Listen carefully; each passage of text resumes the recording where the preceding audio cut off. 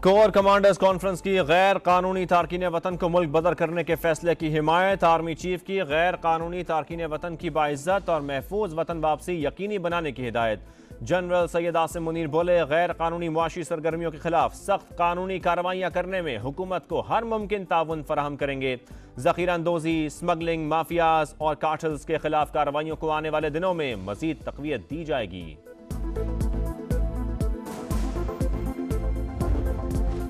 2800 फलस्तीनियों की जान लेकर भी इसराइल का जंगी जुनून कम न हुआ।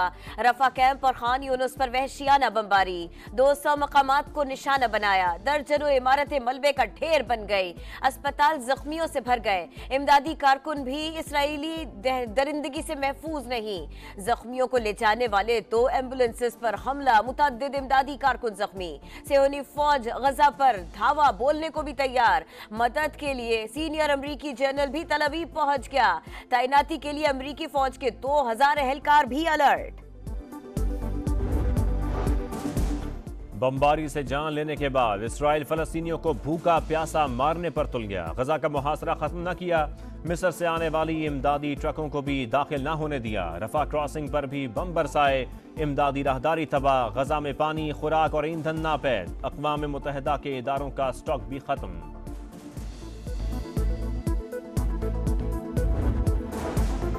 हर घंटे 14 फलस्तीनियों का कत्ल। इसराइल गजा पर 6000 से ज्यादा बम गिरा चुका। बमबारी 1/4 एटम बम के बराबर। शहदा में 64% खवातीन और बच्चे शामिल। 70,000 घर, 65 सरकारी इमारतें तबाह। 71 स्कूल, 61 मीडिया सेंटर्स भी मलियामेट। फिर भी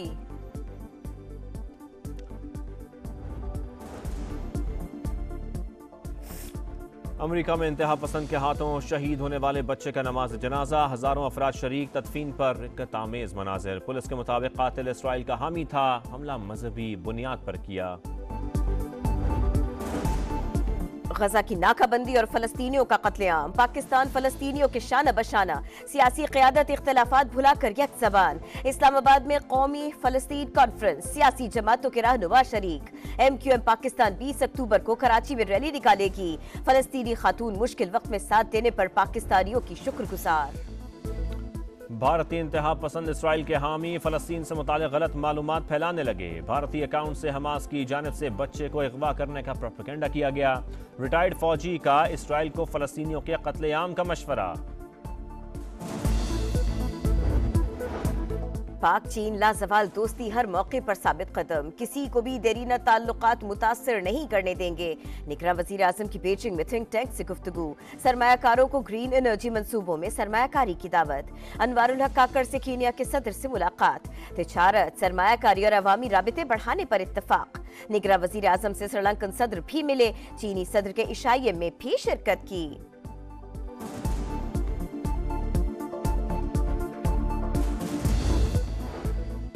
वफाकी हुकूमत ने नैब तरामीम के खिलाफ फैसला चैलेंज कर दिया। प्रैक्टिस एंड प्रोसीजर कानून के तहत सुप्रीम कोर्ट में अपील दायर।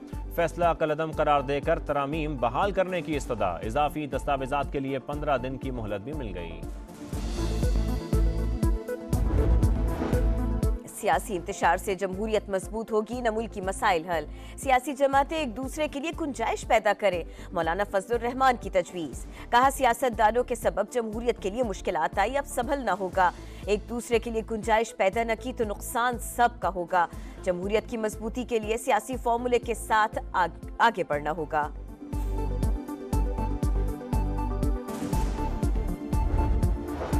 लोगों पर MQM में शमूलियत के लिए दबाव डाला जा रहा है। जेल में कैद MQM कारकुन लोगों को डरा धमका रहे हैं। सईद गनी का इल्जाम। कहा, पीपल्स पार्टी के मुखालिफ जमातों के कांटे चुनकर फूल पहनाए जा रहे हैं।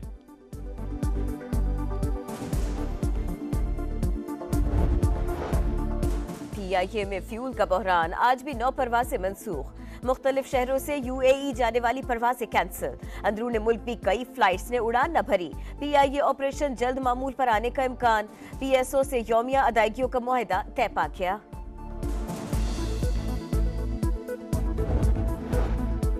मुसाफिरों के लिए अच्छी खबर। लाहौर इंतजामिया और ट्रांसपोर्टर्स में किरायों में 15% कमी पर इत्तफाक। इतलाक फौरी होगा। गुड ट्रांसपोर्टर्स भी 10% किराया कम करेंगे। पंजाब हुकूमत का किराए कम ना करने पर कार्रवाई का इंतबा। चीफ सेक्रेटरी का तमाम डिप्टी कमिश्नर्स को अशियाए खुरनोश के नए निर्ख और किराए नोटिफाई करने का हुक्म। कौमी असम्बली की कमेटी की सिफारिश पर बहाल और मुस्तकिल होने वाले मुलाजिमीन के लिए धचका। इस्लामाबाद हाई कोर्ट ने खुसूसी कमेटी की सिफारिशात को गैर कानूनी करार दे दिया। बहाली के अहकामात वापस लेने की हिदायत कर दी।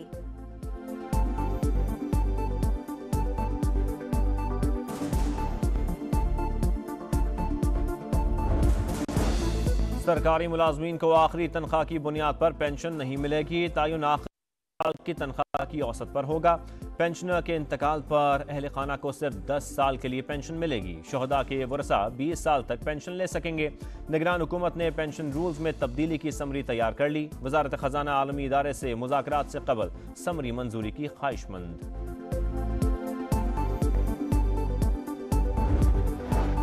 रवा माली साल के पहले 2 माह में लार्ज स्केल मैन्युफैक्चरिंग में इजाफा। खुराक, केमिकल्स, फार्मास्यूटिकल, रबर मसनूआत की पैदावार बढ़ी। मलबूसात, मिनरल प्रोडक्ट्स, खाद, मशीनरी, फुटबॉल, पेट्रोलियम सेक्टर में भी बेहतरी। टेक्सटाइल, लोहे, स्टील, इलेक्ट्रॉनिक्स और गाड़ियों की पैदावार गिर गई।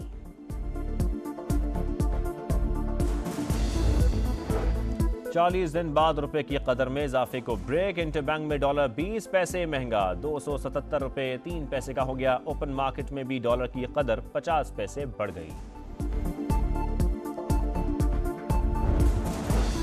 खैबर पख्तूनख्वा में बिजली की लोड शेडिंग के खात्मे का फैसला कलअदम। सुप्रीम कोर्ट ने पेशावर हाई कोर्ट का हुक्म कानून के खिलाफ करार दे दिया। लोड शेडिंग से मुतासरा अफराद को नेपरा से रुजू की हिदायत दे दी।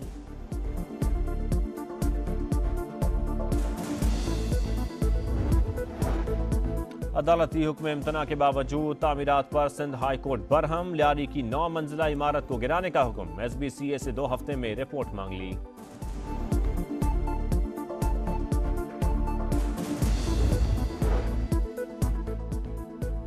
फीफा वर्ल्ड कप क्वालिफायर्स की तारीख में पाकिस्तान की पहली जीत। कंबोडिया को 1-0 से शिकस्त दी।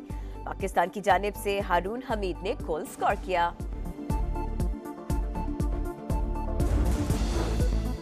भारत में पाकिस्तान क्रिकेट टीम को नजर लग गई। कौमी टीम के 4 खिलाड़ी बीमार। ओसामा मीर के कोरोना और डेंगू के अलावा बाकी तमाम टेस्ट नेगेटिव आए।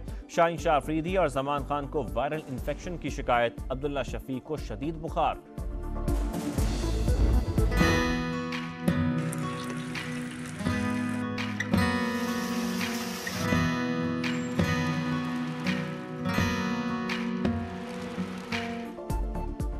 और मौसम की अंगड़ाई, रुत ही बदल गई। बाला इलाकों में बर्फबारी, पहाड़ों ने सफेद चादर ओढ़ ली।